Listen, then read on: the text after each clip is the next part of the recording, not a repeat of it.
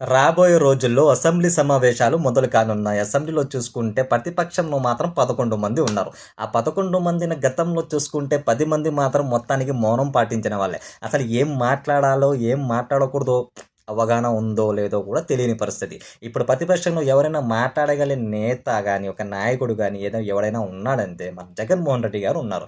జగన్మోహన్ రెడ్డి గారు 164 మందికి ఎలా సమాధానం చెప్తారో, ఎలా చెప్పుకోవాలో కూడా అర్థం కావలేదు.